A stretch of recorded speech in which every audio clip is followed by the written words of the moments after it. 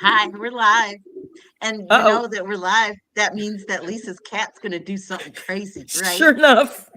She's grabbing my Y'all, she's grabbing my cords and stuff. It's crazy. And it's every single it's just, time I get Mhm. on here. She, if I'm not, she's off doing stuff. As soon as I go here, boom, she's here hitting the table and cameras are doing this, microphones are flying. it's just how we roll, y'all. Welcome to another Tuesday night at the Archer Football Podcast. I'm Sonia, aka Mom23R, and one day I'll get it right. You know I will. Hi, Camden. That's Kate to the other side of me. Cleveland Kate, how you doing tonight? I'm dying. It's always You're something with dying. us, right? Right, It's technical exactly. issues, or it's Lisa's cat issues, or it's always something with us. We can't start a show with a straight face. I think if we did, we just would. I think if we did, that's when the Lions and the Browns will be in the Super Bowl. If we started our episode with a straight face, I think that's what's going on. Yep. Yeah. Welcome to another exciting episode of the Arthur Football Podcast. Glad to have you guys with us. Hey, Camden. Hello out there in TV land. If you guys are over watching us on Facebook or Twitter, please come over to our YouTube channel, Arthur Football YouTube. You can interact with us. Stop it, Camden. I haven't started the day with a straight face. Hashtag get yes, Camden. Anyways, come on over to our YouTube channel and join us. You can chat with us, interact with us, and yeah, we love it. So yeah, come on over and join us. And of course, before we get started too much more, we always have to thank our sponsor, Donkey's Place. 3 Donkey. locations: Camden, Medford, and Mount Holly in New Jersey. They have supported us for 3 years. Hopefully, they'll at least support us for another few more years. We love them. Thank you so much. Their food looks delicious. If you haven't ordered it, if you are not in New Jersey, please come over to goldbelly.com. It can get delivered directly to you in the lower 48. So yeah, come on over. Make sure you do that. Hey guys, how you doing? Good. How are you guys? Good.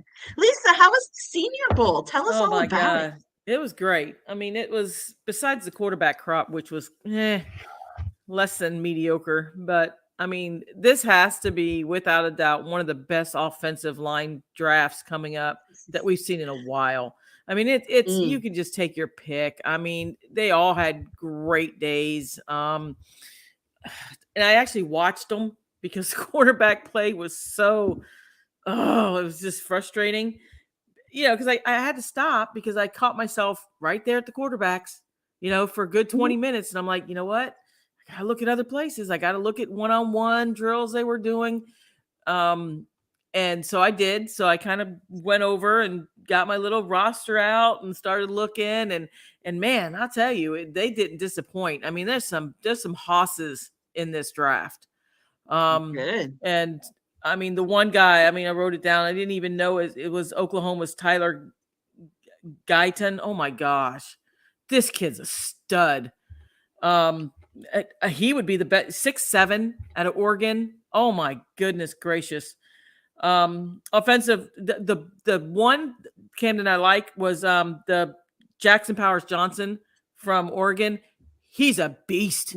I mean, this guy is nasty in the trenches. I mean, I had the binoculars on him, and you could just see it. I mean, right in front of you when they're doing one-on-one drills. I mean, they get nasty. I mean, it's Hmm. in the trenches, and I mean, I think it even showed in the game too, because even the game, these quarterbacks, even though they had some, I know they're not allowed to blitz, not allowed to stunt. There's only a couple formations they can get into, but you can still get after the quarterback a little bit. And Yeah. they both sides were just phenomenally great on holding in the trenches. So I think that you're going to see a lot of movement of linemen on that first day, even the Mhm. second, because this draft to me has such an abundance of offensive linemen that you might be able to plug in a couple skill guys, then go back and get one of your linemen, because that's Mhm. how big this class is. I mean, there's guys that are going to go on the second day that could easily have probably gone in the first round just because Yeah. I think there's abundance of them. Of course, a couple of them sat out, but they showed up.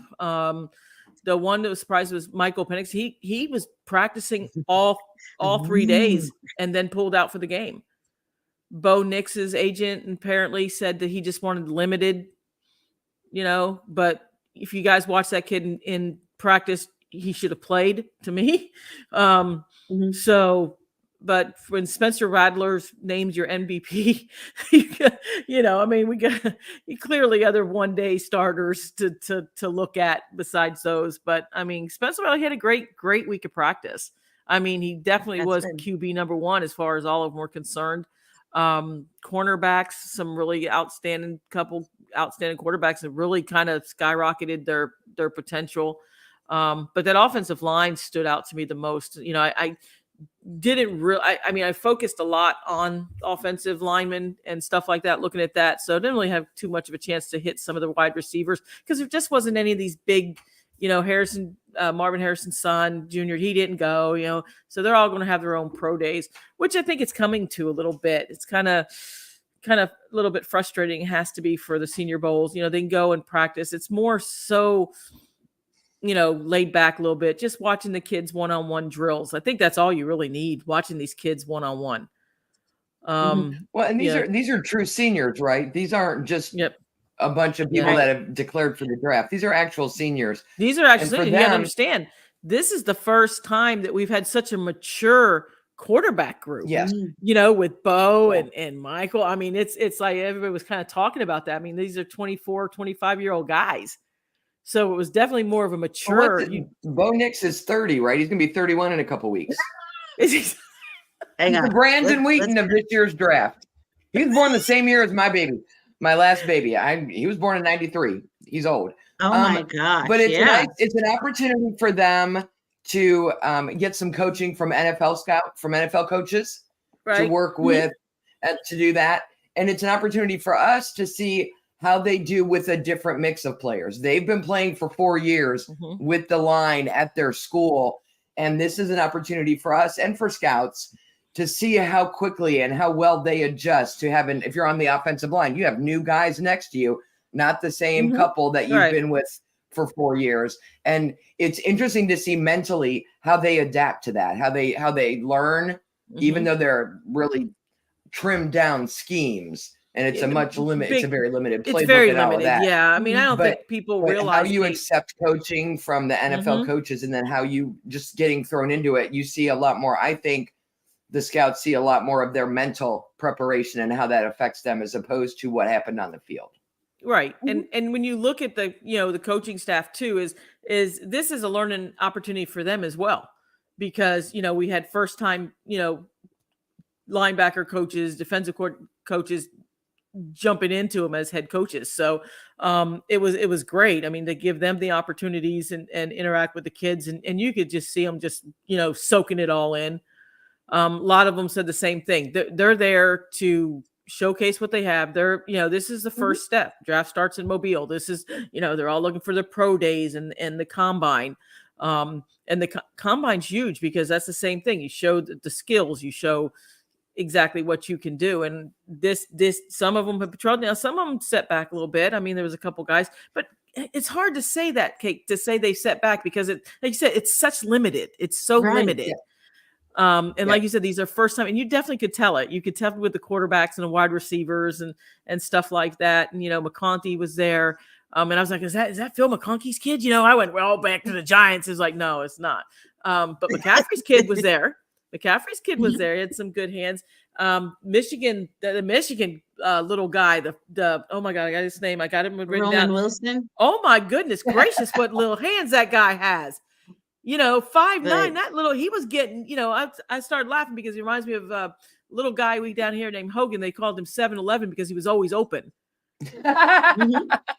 And that's what he reminds me of, because he had great running route. He was always open on some nice slants and stuff. That kid might make a little noise, little Wes Welker type. Yep. That's what I've heard, the comparisons. Camden asked another question for you, Lisa, and we've talked about this before. Did you know? Did we notice any offensive linemen playing off multiple positions? I know that's something Lisa and I talk about a lot. Yeah, the first and second day I kind of did. They kind of rotated some centers in and out. I'm sorry I don't get their names. I've got everything on my camera on video, because like I said, it was a little different how they had us this year, so I had to kind of zoom a little bit. So I brought my camera. So I've got some really great shots of some different. So they did. I think they, they kept everybody to me where they were comfortable and where they exceeded a lot, because I think that's what a lot of people wanted to see. And they kind of did a little bit of it, but to me, it was the one-on-one drills. I mean, wasn't particularly in position or anything. It was, that typical, one-on-one. Let's see what you got. And man, it got nasty. It got nasty. I mean, these guys were taking shots. I mean, it was, and you could just see right off the bat. I mean, some of them, the little chips they had on their shoulders as they was coming off that ball. So, and like I said, it took me a couple minutes to kind of get into it, because like I said, I kept trying to snag back to the quarterback. I'm like, nope, stay here, stay right here. Yeah. So I stayed right there and watched them all. And like I said, it got chippy, and they're getting coached up the whole time, guys. I mean, the whole time. These guys are going right back to these coaches, and they're kind of just telling them what's going on and what to look for. Because you got a lot of GMs looking at you. Mike Tomlin was walking around the quarterbacks. He always walks around quarterbacks. I am sorry, every single time I've seen that man, every single time. Because like I said, that one time I was there with Malik Willis, he was with him the whole, almost all Senior Bowl. He was like following Malik around. Didn't see anybody he was kind of following around, but he kind of was eyeballing some of those quarterbacks and was getting his time in around.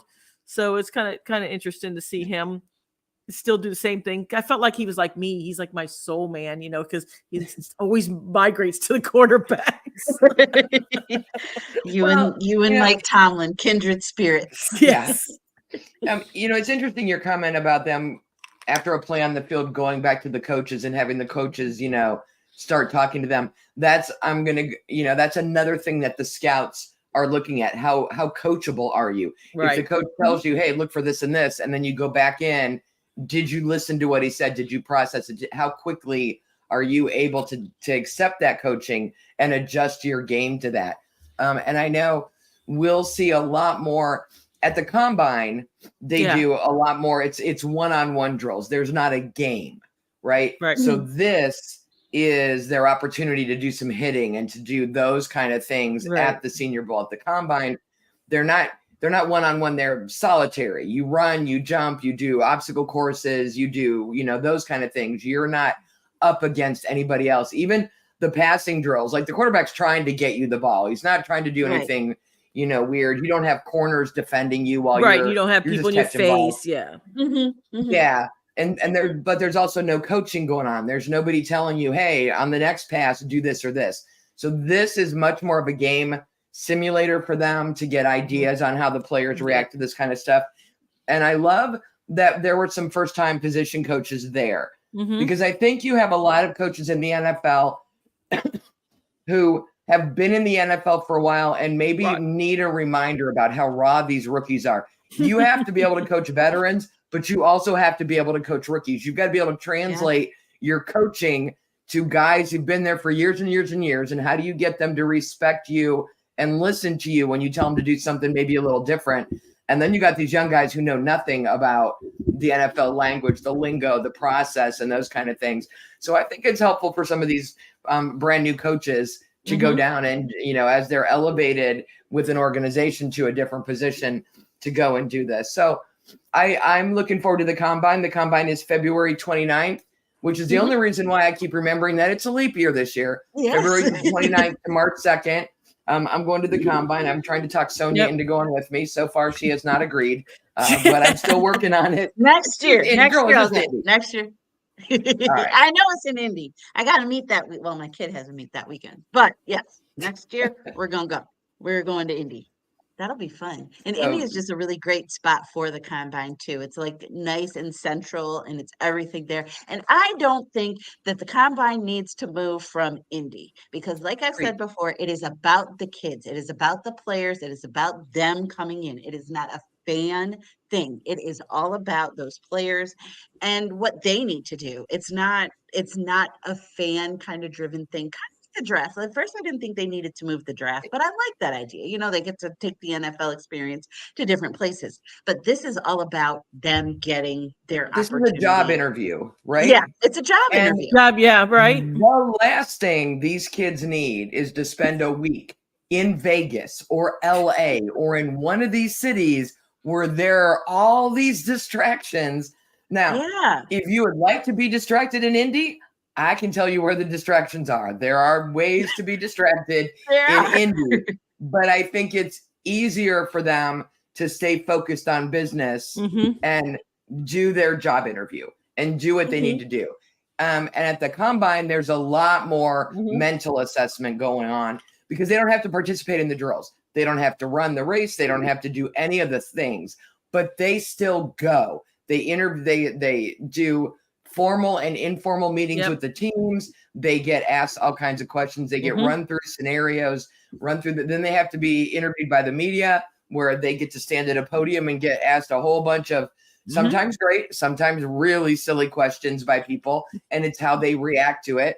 I was listening to some people last year who were asking really stupid questions on purpose to see how the player would react. Would they answer them? Would they get so you get that kind of composure, right? Like and then just some silly ones to have fun. I usually try to throw something fun in if I can, just to kind of make them laugh a little bit. But it's a very different environment from the Senior Bowl, but there's so much value in what we learn about the players. And I think as we get closer to that, we can look at specific positions and talk, more in depth. I think we'll probably do a mock draft of the first round right afterwards. Lisa, I love that the cat's tail is just waving behind you. She's something else. That's telling us all. I love Kitty. Exactly. But Camden has a question for you, Kate. Oh shoot. Hang on. Wrong one, sorry. Belichick is do you have a combine snack, Kate? Do you bring a stopwatch? I do.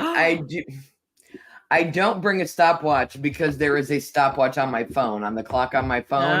And I have clocked some people on my own because depending on where I'm sitting, everyone has access to the bowl now, the Lucas Oil Stadium. It used to just be certain NFL personnel who were allowed in to watch the drills, and then the media watched it in another room on like a TV screen. Really? And then last year they just started letting us in. I mean, it's a huge stadium. There are not 100,000 people covering it.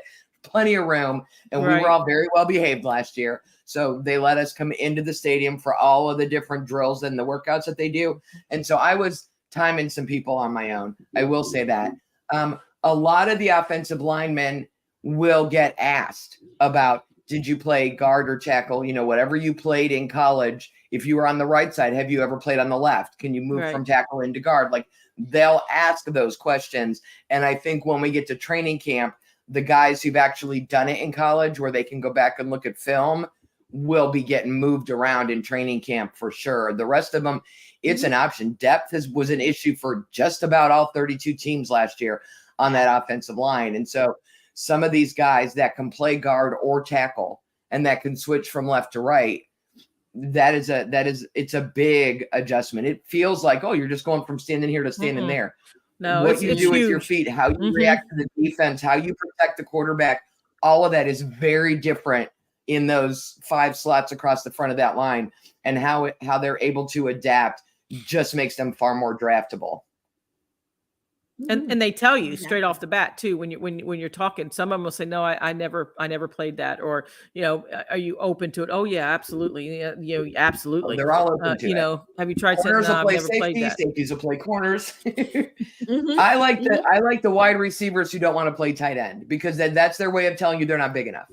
They're not big enough to be a tight end. They've never played tight end. They're just not big enough.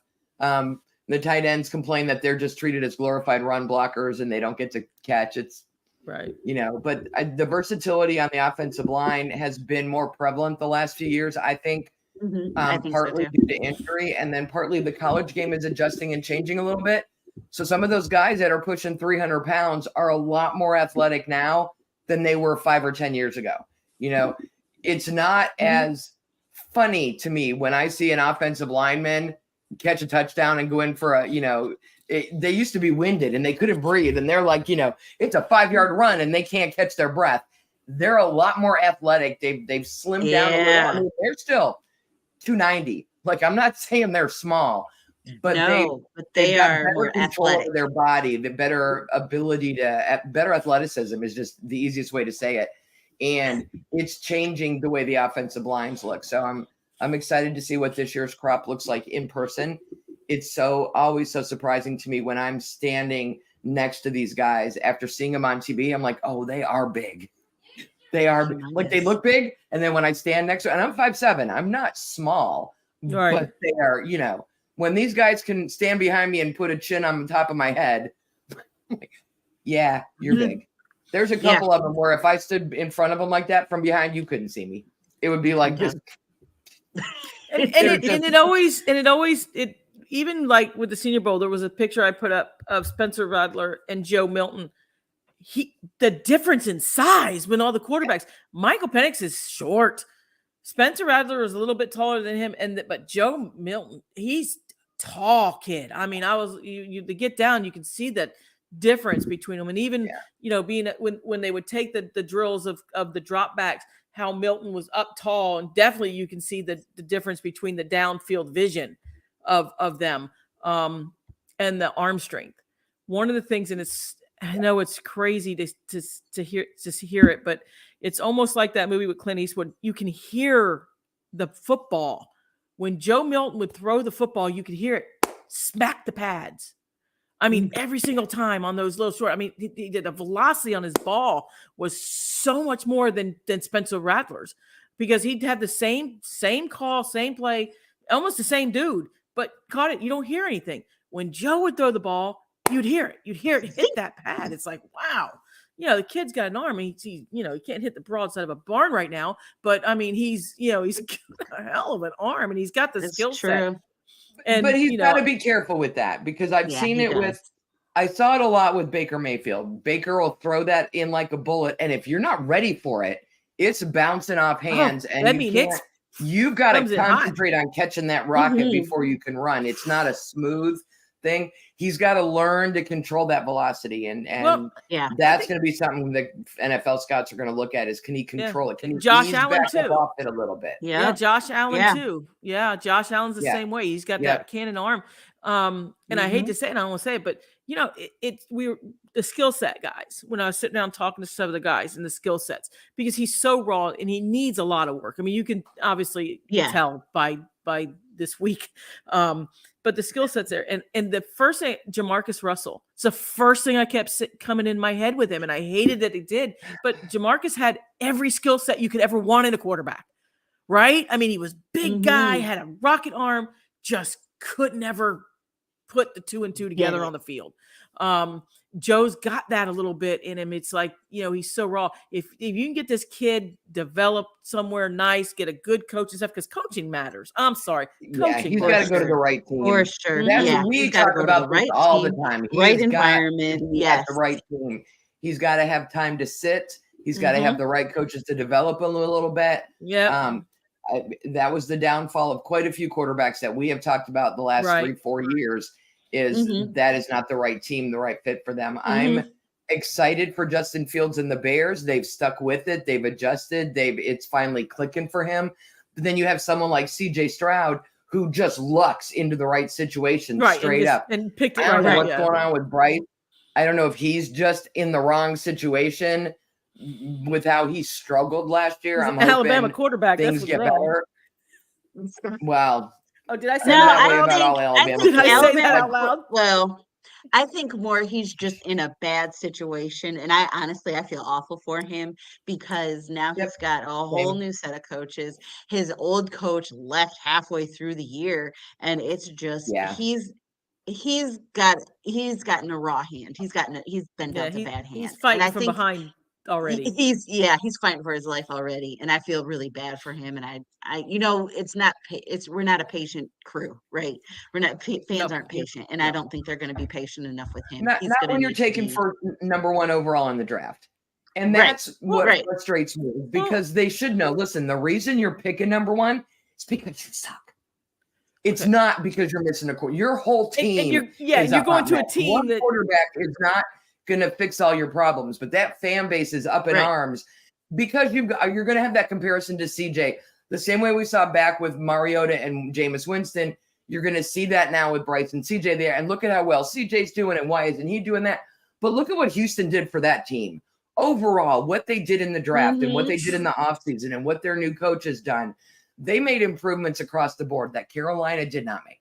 So it's not fair to compare the two for right now. And Bryce needs he needs some help. He needs some O-line. He needs some receivers. He needs some coaching. Like, he can get there. I still believe he has the talent to get there, but they need to make some serious adjustments for him. Compared to CJ for as long as he's in the NFL. Yep. And Camden also brought up a good point. Well, Trevor Lawrence bounced back with a good coaching staff, but then he kind of regressed. He regressed. Yeah. He did the cardinal sin of any quarterback that you don't want. He's regressed. And that was our talk in the middle of the season when Buffalo, that whole team started to regress and everybody came down on Josh Allen. Like, oh my God, he's regressing into like the first or second year of Josh Allen. But like I said, he went backwards. I mean, that they just fell apart the last December. Yeah, I think some of it was his injury. I think he played too long injured. And then by the time he took time out to heal, I think there were some other things going on that we weren't privy to from an injury standpoint, because he just didn't look right even when he came back. And I'm hoping it's just injury related and he'll be fine. And next year he'll be back to form, because, I'm not as into quarterbacks as you are, Lisa, but when they're good, I like to see them play well. I enjoy a game he's got a potential. Where a quarterback who's capable of playing well actually plays well. Yeah. Well, and like you said, like Sonia just said, we're not patient fans anymore. We're not. No, we're not. We don't give quarterbacks 3 years to settle in. But you got to understand, and I tweeted this out to you guys when I was at the Senior Bowl, because you guys kept Twitter up awesome, with me in between you guys. Because is it me, or are there different coordinators going everywhere? I mean, I don't ever remember this many coaching changes, not necessarily head coaching change, staff wise. I mean, we lost Vic Fangio, whatever that old man is, to the Philadelphia Eagles. And then he took our defensive backs coach or something. Now we got to hire other coordinators, it's like a coordinator major shift. Well, crap rolls downhill, Lisa. And if the coach is getting pressured, he's putting pressure on his OC, who's putting pressure on his quarterbacks coach or his running back, and they're getting fired down there. It's turned into what I call the Janet Jackson League. What have you done for me lately? You got a 2 week. What have you done for me lately? Nothing. You can go somewhere else. And they're getting picked up. They're getting picked up quick, which means they're good coaches. That just wasn't the right place for them. And so they're moving around. They're doing fine. There's just Camden's coming in with the hot takes, the fire hot takes. Camden is hot. There is zero reason an NFL quarterback should be bad. Wow, Camden's got the I can list you 10 today. Oh, I don't know. We've seen some bad quarterbacks. Come on. It's a lot of, there's a lot of head stuff going on. So, we should talk about Super Bowl prop bets. Now, what is a Super Bowl prop bet? Super Bowl week. We should talk about Super Bowl prop bet. Yes, Lisa, I am not a gambler, so fill me in. That's why you do this, because I definitely am not a gambler. I do not trust fill me in. Betting. So what's a quarter? Give me the Super Bowl prop. I'm not either, but a prop bet is, I mean, like, we all know the regular bets. What's the over/under total score? Who's going to win? The line, we all know how to work the spread. And they have these kind of bets now that there are betting apps everywhere. We've had these for a long time, but there seems to be fun ones that come out at the Super Bowl. So you have, sort of to me, some of these are like, you have a serious gambling problem if you're doing these, but you do you. Is the first offensive play going to be a run or a pass? Is the Chiefs' first play going to be a run or a pass? Is the 49ers first? Like, is Pat Mahomes' first pass going to be complete or incomplete? These are all things that you can bet on right now, and the line's moving all over the place. There are things like total touchdowns. You can do first half touchdowns, last half touchdowns. I've never heard of this. I've never heard Chiefs of this. rushing yards is like over or under 102. First downs, are they going to have 20 first downs is the over under. So there's like all of these football related ones. But then there are the ones that I think, there's MVP ones. The things that I think are silly is the coin toss going to be heads or tails? Right. Okay. They bet on that even? Yeah. How long is, I guess Reba McEntire is doing the national anthem. And thank you, Whitney Houston. We now bet on in seconds, how long is it going to take her to sing the national anthem? 90.5 seconds is the line, over under. You can pick over under. Really? Will she omit any words from the song when she's singing it? Yep.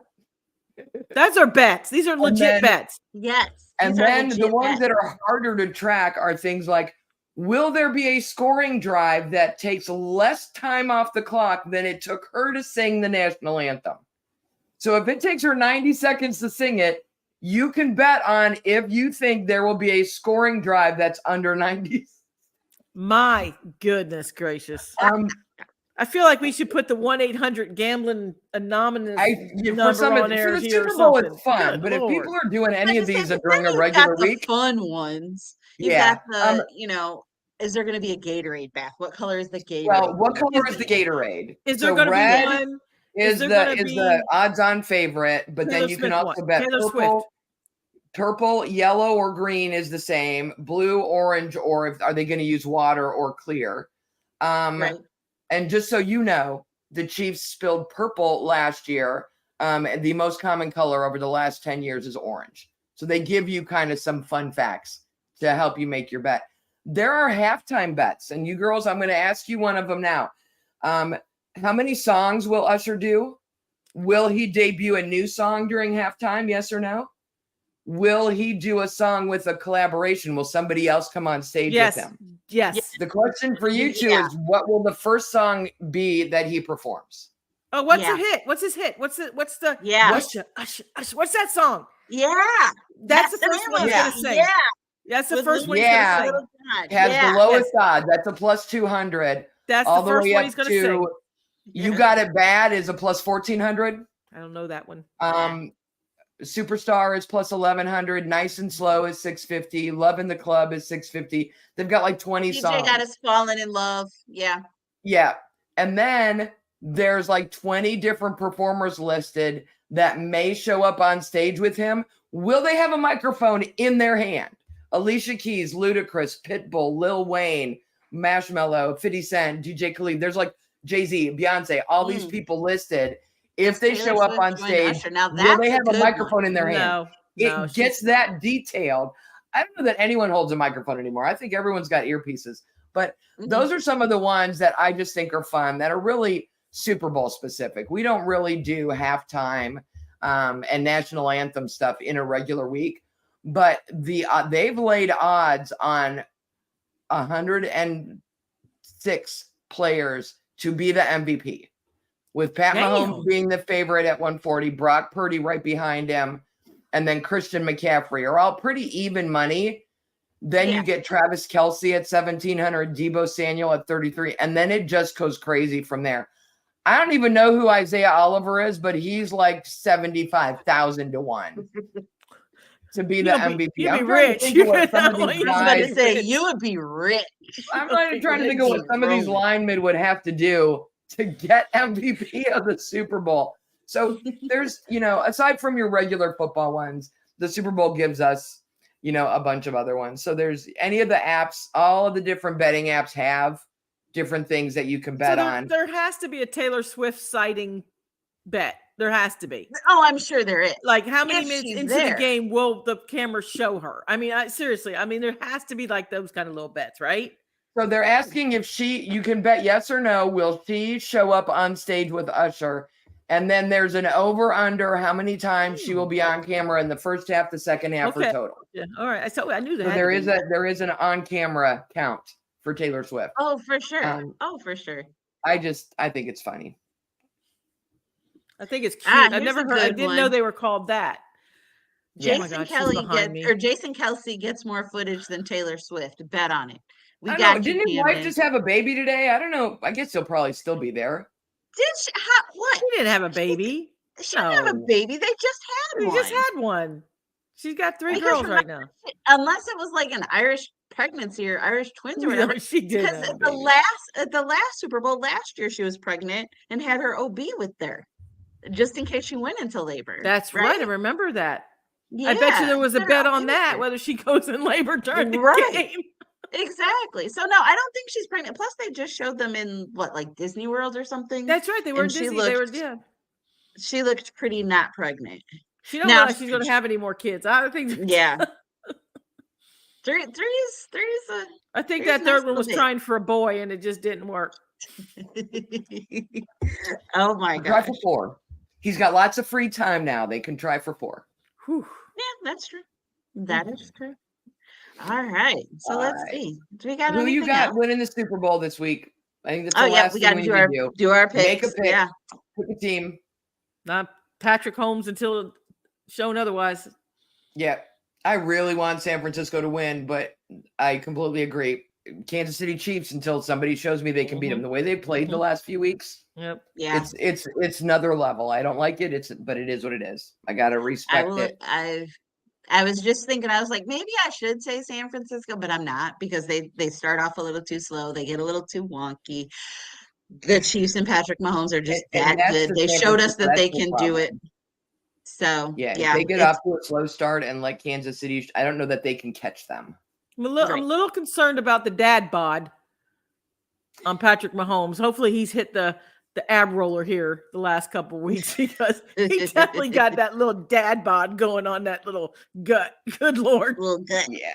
Aw.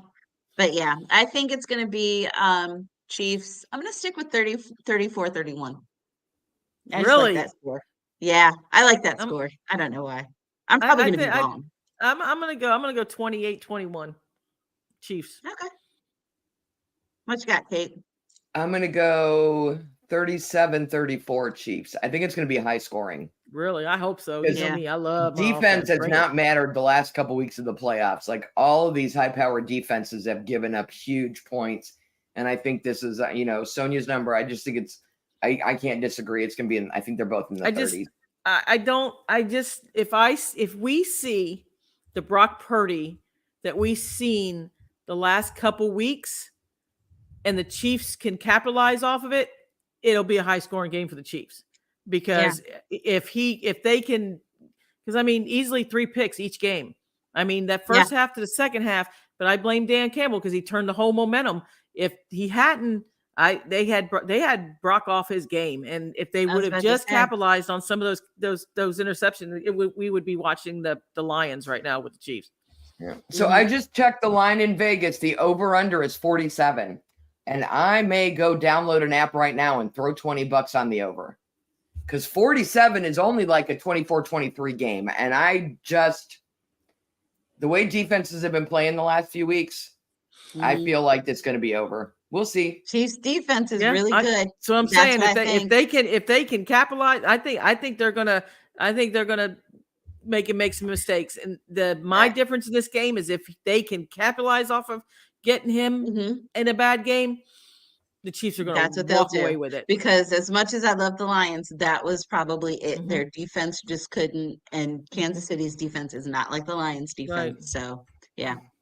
I mean, honestly, we're going to go back to me is the ground and pound. If I'm the 49ers, I'm putting that ball in Christian McCaffrey's hands. I'm sorry. I'm not even going to let Brock, maybe one, you get them into several 3rd and long situations. It's going to be a long game for them. Yes. If you're interested in freebies and you have a Little Caesars pizza place near you, if there's a pick 6, you can get a free pizza. You have to sign up on their website. And if there is a pick 6 during the game, everyone who signed up gets a free pizza. Smuckers, the makers of Jif, are giving away free peanut butter. They're doing the Save the Celery campaign, because everyone eats wings at the Super Bowl and they have all that celery left over that they throw away. So I love celery with peanut butter. I have already signed up on the Smuckers website to get my free peanut butter on the 11th. There is a ton of companies out there. If you just Google it, free stuff on Super Bowl Sunday, you'll find a list of websites that you can go sign up at just to get free stuff. If there's a pick 6 or you have to sign up. I heard that. I heard the advertising. You have to sign up for it. Yep. Yep. Yep. All right. Well, there we go. We've got our free stuff for Super Bowl. We got our prop bets. We all know what we're putting our money on so that we can, make some money. Well, thank you, Good luck, ladies. y'all. Yep. It's going to be a great game. I can't Yes. wait. It's going to be fun. So, yeah, We'll be will talking. see y'all We'll be on- talking. Yep. We'll be talking. I'll see y'all on the flip side. Good night, everybody. And yeah, we'll recap it next week. So take care. See you later. Bye. Bye.